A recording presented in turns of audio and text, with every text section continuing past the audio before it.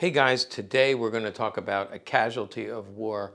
Now there's a graphic content advisory. No young children should be around because this is pretty gross.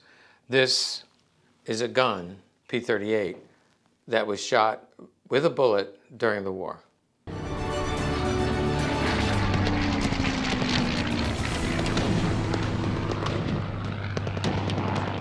Okay, we just got back from Allentown, saw a bunch of you guys there. Thanks for coming by. But yeah, we sold off a lot of stuff that we don't want to move. And a lot of you asked, what about the move? Where are you going? No, we are not moving to a neighborhood near you. We're only moving a couple blocks down the street. We need more space. In fact, we're going to double our space. And we picked up an old bank building, which means we're going to have a huge vault. So that'll be fun for all of us. And we will take you on a journey down there. As soon as we move, we'll take you down there with us and you can look around. But today, quick video on a gun that I got out of the safes. Remember this two safes that were in the garage? We opened up, and one of the surprises that we found was this P.38. Well, come take a look. Okay, pretty simply, this is an AC-43, which means it was made by the Walther factory in 1943. This is original finish. It's a wartime finish. It's a little bit dull. But the thing that stands out and makes this a really cool gun is this part. Now, this could be shrapnel. It also could be a bullet. Some of you forensic guys can weigh in. Bullet could have gone in here. It looks like if it was a bullet, it hit right here. And of course, the magazine was inside. This magazine came with the gun, but could not be the magazine that it was shot with because look, it would be shattered. So my theory is the bullet came in here and was stopped by the frame. And then the magazine would have just blown up, especially if it had bullets inside of it.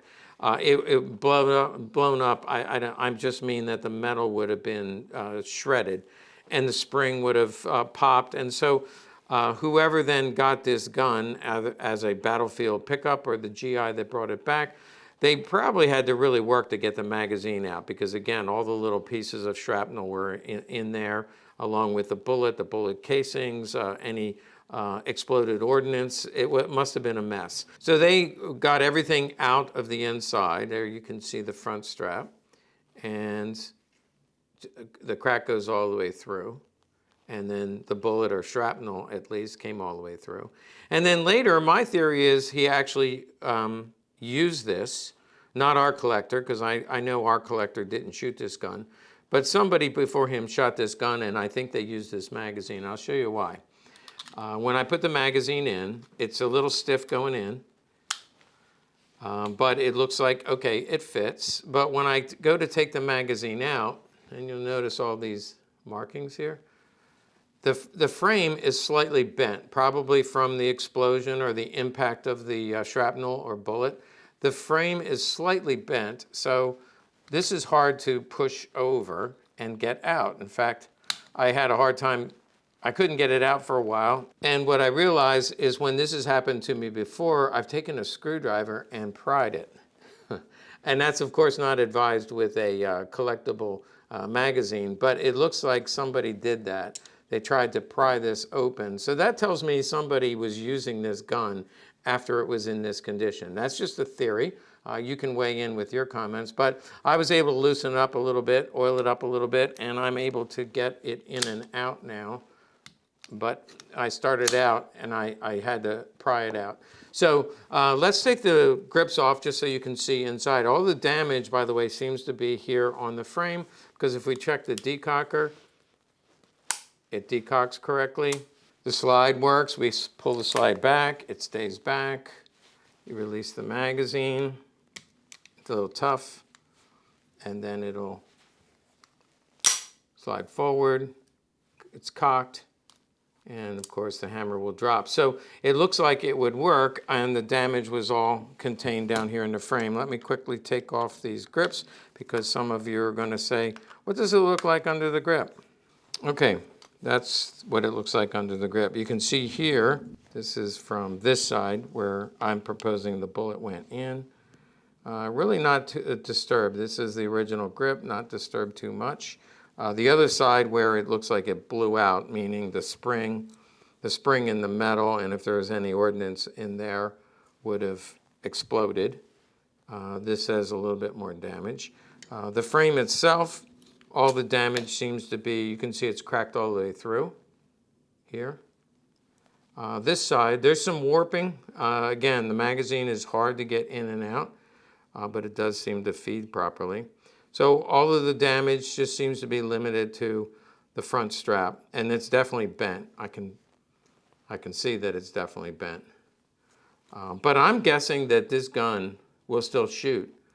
And I think we should dare Randy to do it. No, actually, I might shoot this gun. So let's head over to the armory and try it out. What the heck? Here's one more tidbit that I just saw. We were doing this filming, and I noticed these scratches here, and I now realize that's actually probably the name of the vet, and it says Eddie Sheehan. Now, whoever buys this might want to do a little bit of research, but I suspect this was the GI that brought it home. Interesting that he chose this gun that had battle damage rather than a pristine gun. Okay, here we have our battle damaged warhorse from World War II. I have 5 rounds in here. Let's see how it shoots.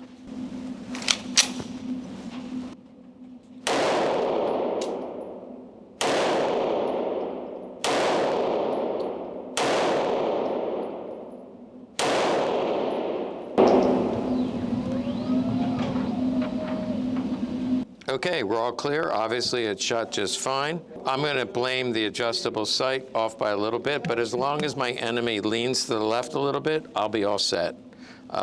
Nice grouping, not too bad.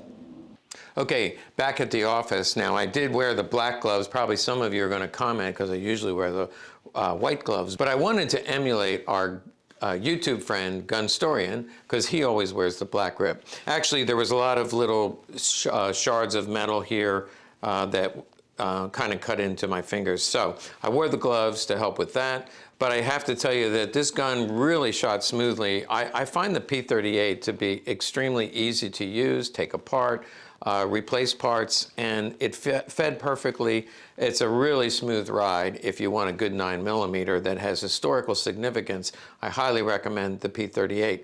Now, we will offer the target.